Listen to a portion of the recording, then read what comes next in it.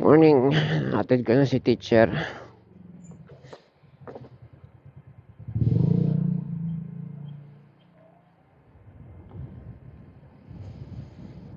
Pag natutulog ako, meron akong naka-play sa tenga ko yung about abundance yun abundance. Parang mga self-talk about abundance. Naka-play lang yun, may babaan nagsasalita. Tapos naka-earplug yun, earphone, ano, ang tawag po sa ganun.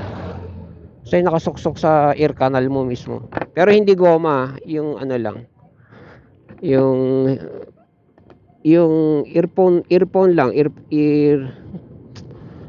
headset, yon headset lang, hindi siya, wala siyang goma. Yun ang gusto ko dahil yung goma makati yun sa tenga. Tsaka injurious yata yun, injurious sa eardrum. Unless na nasa labas ka, nasa gym ka, gusto mo mag-blackout talaga sa sa sound sa paligid mo. Gym, mga safe place like gym, di ba? Worst case scenario, kakalabitin ka na nung mag-workout, basta tapos ka na dyan. Ako naman. Hindi naman ako ganun sa gym. Sa gym, aware ako. Tsaka kita mo naman, di ba? Sa gym, aware ako na pag feeling ko nabababad na ako, whether may gagamit o wala, lilipat at lilipat ako. Kasi, minsan ganun. Diba? Nakababad ako sa leg raise. Yun ako madalas nabababad sa leg raise. Yung leg raise yung nakaupo ka, tapos itataas mo yung i-extend mo yung actually leg extension pala tawag doon. Itataas mo yung tuhod mo, yung legs mo pala hanggang tuhod. Ganon na nakaupo ka. Madalas yun inuuna ko kasi maraming kinukulikot sa cellphone. Diba? Nag-upload ganyan na sa mga client ko, ka-chat ko ganyan. Yun ang unang-unang ginagawa ko habang nagji-gym para double time ba. Yun. Tapos pag feeling ko medyo nabababad na ako, lilipat ako. Whether may nagtatanong sa akin kung tapos na ako o hindi, umaalis ako. Kasi katulad nung last time, nung umalis ako, no, parang yung tao na gusto gumamit sa akin, nagantay lang ng mga 2 minutes, 1 minute, saka umupo dun sa inuupuan ko. Oo, di ba? Hindi naman lahat ng tao mangangalabit sa'yo na boss, ako naman. Lalo na sa mga ganong gym na na madalas ko konti lang ang tao. Kasi nakakahiya eh. Halimbawa ako gusto ko yun, may nakaupong iba. Di push up muna ako, ganon. Marami nang pwedeng gawin eh. Tapos tatatlo lang kayo sa gym, manggigigil ka dun sa nag-iisang ginagamit niya, di ba? Medyo makitid naman sa utak yung ganon. Although may ganon minsan. Hindi naman ako katagalan sa inuupuan ko eh. Nataon lang na merong nag-emergency sa akin na nag-chat na ganito ganyan, bank transfer ganon. So wala akong kamalay-malay. Nakaupo ako doon na nag-chat. Pero hindi matagal yun, bank transfer. Kailangan ko lang talaga ng focus na hindi ako magkakamali sa pera, sa bank account number, etc. Doon sa pinupush ko sa cellphone, so nakatungo ako ganon. One time lang naman nangyari sa akin yun na ako naman gaganin ako ng bata.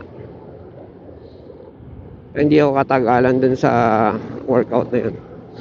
Kasi nung nakita ko siya, after kong tumayo na nakita ko siya, paikot-ikot lang siya, wala naman siya sinusundan na sinusundan na routine eh. Kung ano lang gusto niyang workout, yun lang eh.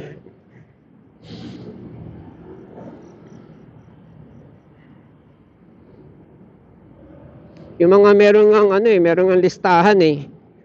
Pag nakita may nakaupo, nag-i-skip muna sa listahan niya, doon muna sa susunod eh. Yung pa kayang walang listahan, di ba? Parang yung courtesy yun sa gym. Di ba? Para sa mga nagwo-workout dyan sa gym, courtesy yun, kahit bakal gym pa yan. At ng klaseng gym na marami na rin akong gym na napag-gyman. tigsis 50, ganyan. Sa barangay, ang tawag doon, tawag namin doon bakal gym. Mga tabi-tabi lang, side-side lang. Tapos yun nga, naging member na rin ako sa gym sa hotel, ganyan. Diyan sa Richmond, sa Eastwood. Mga foreigner kasabay ko, Filipino, ganyan.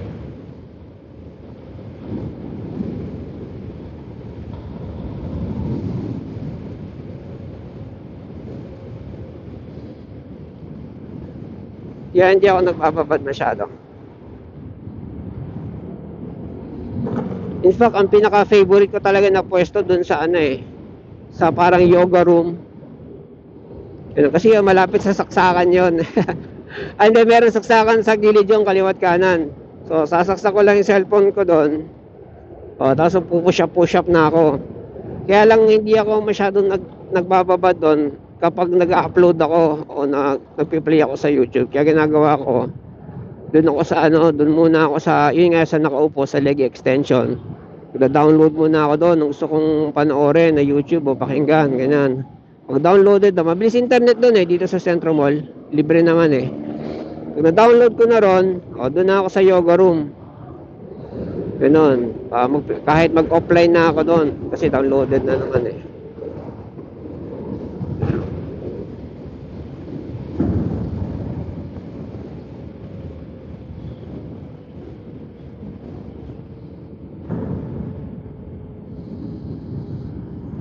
doon lang sa mat, marami na akong magagawa doon push up, sit up.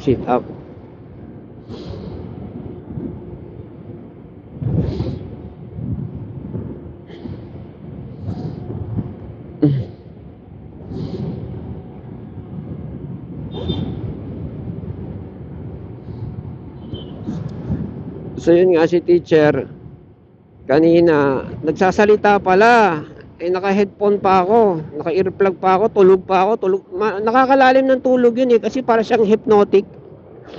Parang hypnotic nagsasalitang babae. Ang sasabihin ng babae, I am abundantly overflowing with money, mga ganon. I am, mga ganon. Abundantly, basta all about abundance.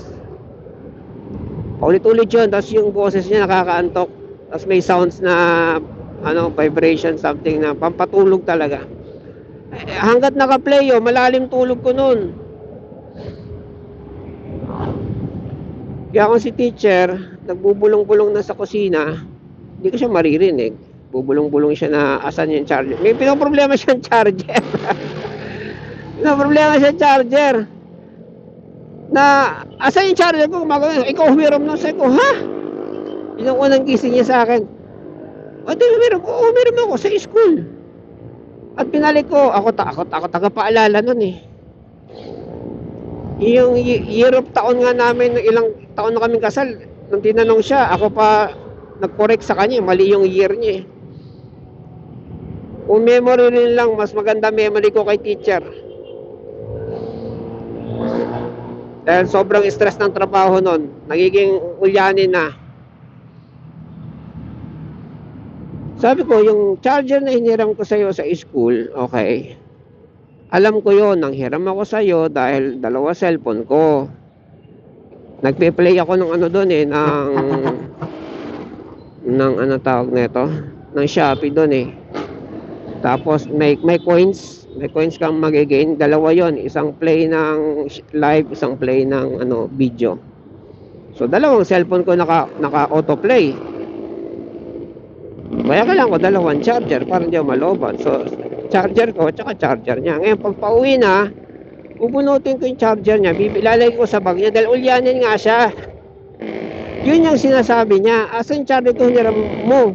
Sabi ko, oo, hiniram ko, binunot ko yon, nilagay ko sa bag mo. Sabi ko ganun.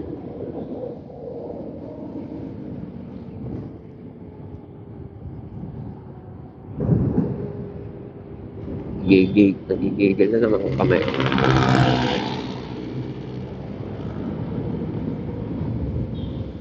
Hindi ako masyado natutulin dito.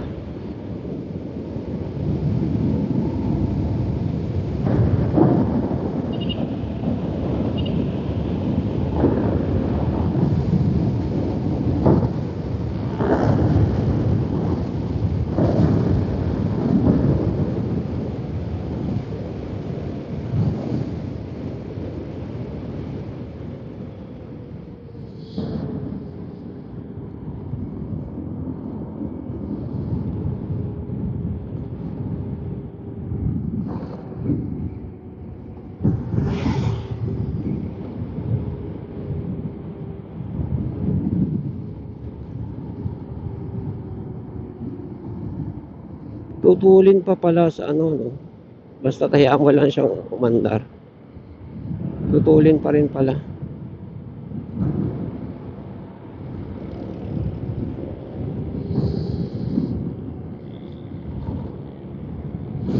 Anyways, so ganun nga si teacher, meron siyang ugali.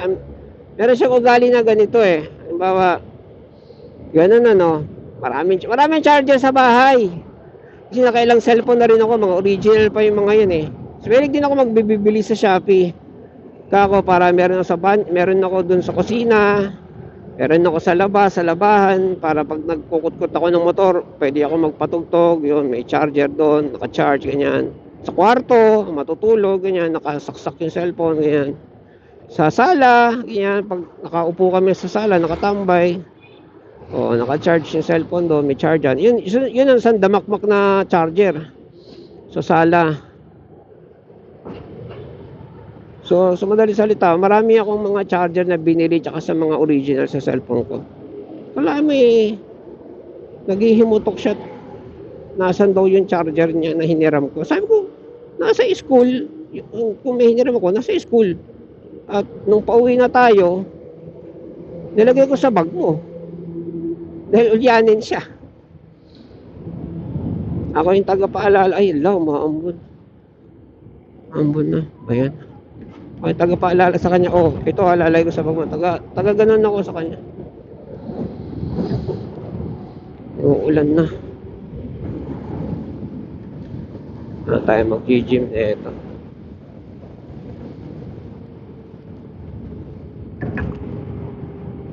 Mag-gym na. Walang lakas. Bayan.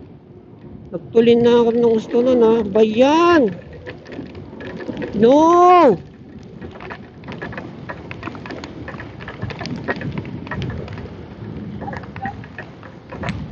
Seryoso? Lapit na ako eh.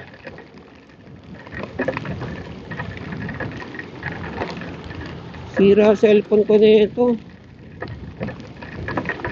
Yung instinct ko tuloy na huwag tumigil ng ganito. Di ba nga? Bawal tumigil. Especially sa tulay.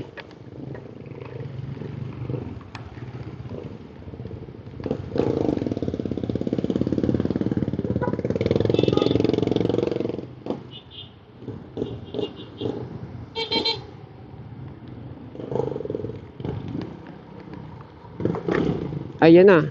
Sira na yung cellphone ko.